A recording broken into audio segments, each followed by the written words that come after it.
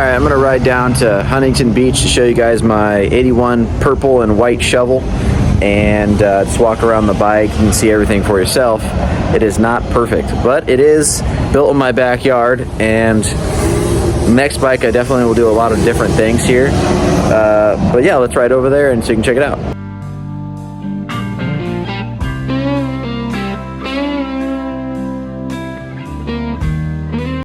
So it's an overcast day here out in Huntington Beach, and this is my 1981 Shovelhead that I hardtailed in my backyard. Had a P-pad seat on it, but I took it off because I was going to run a Cobra. Ended up not liking it so much, so right now that's kind of up in the air the way it is. So the bike originally when I got it was mainly stock. It had like a short back fender and a Frisco tank and a Y-glide, and I pretty much took all that off and stripped it and threw it away in the trash. So I got this Wassail at the swap meet for about 20 bucks. Fenders from Lowbrow, I think that was like 170 bucks or something like that. Kind of pricey for the fender, but it is chrome, so chrome's not cheap, so that's a pretty good deal, I guess you could say. But for the most part, this is as cheap chopper as you could get. Pretty much everything on this bike is from the swap meet. The front wheel I got from my buddy recently, Kevin, which is like a TC Bros spool hub style wheel. Not the actual spool hub, but you know, no front brake and whatnot. Things that I actually did spend money on were probably this rear brake here.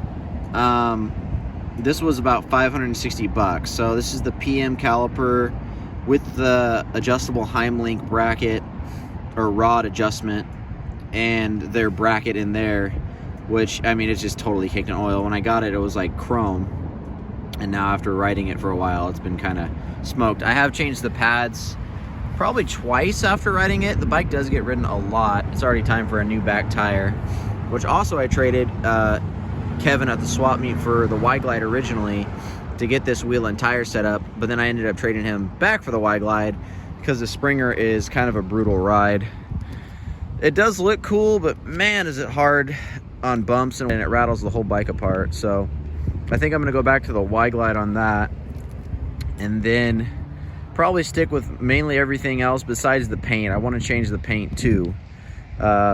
It's cool and all, but it was my first attempt on ever really doing something like that, so I think it's time to switch it up. Other things of random scores here, I got this pressure gauge from an estate sale, which usually these can be pretty cheap for the most part, but I was able to come up on this one for about 5 bucks.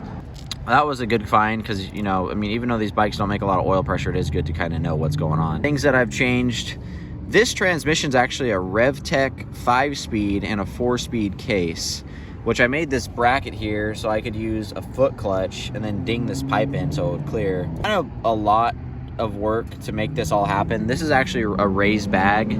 I raised it about 1 inch, and I mean, you could tell it's practically touching the frame here to make all that work in there. If you're gonna do this, I would recommend you find one that's not a cow pie, but a ratchet top transmission. Engine is, for what I know, is bored over 10, and the bottom end, I'm not sure. It might be a stroker, but just because it is so fast compared to my 77, this bike just absolutely rips. Might even be just a bigger cam. It has a newer style Dyna S ignition in it. This actually isn't even mine. This is off my buddy's bike, so I mean, we're just putting parts together to make one bike work usually a lot of the time, and it just goes to show. There is a couple zip ties here and there on the bike, but overall, I try to use as minimal as possible zip ties. Leather straps and whatever you can find laying around the house that doesn't involve, you know, looking kind of cheesy or that's worth a crap. I mean, an old belt is good too for like a bag if you're gonna go on a ride and use a belt. The bars I got from a swap meet too. These are actually 14-inch rise bars that I cut, and the centers are pretty narrow. Usually they'll be really wide a lot of the times, but these ones kind of taper out. But I'll probably end up selling those at the swap here coming up. This shifter knob that I've gotten, actually I got this part from Prism, and then I adapted this. It's just a doorknob. I mean, now it's It's special because it came from my girlfriend's grandpa's house who passed away. Being that it's his doorknob from his house, I went ahead and just named the bike Poppy. As you can see right here in the case, P-O-P-P-Y. So that's the bike's name, and it's kind of just stood that way since.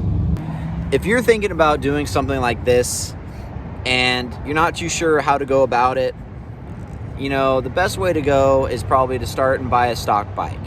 Pretty much what I did is I bought a stock bike, and then I went ahead and started taking things off and putting things on and seeing how I liked it, and went through a couple phases with a swing arm on it.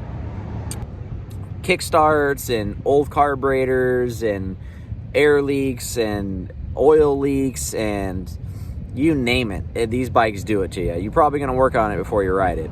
I mean, I know I did. I put a taillight on this thing before I even rode it over here to do this walk around. And as much as I love riding these bikes, I would say it is a chore to ride a bike like this.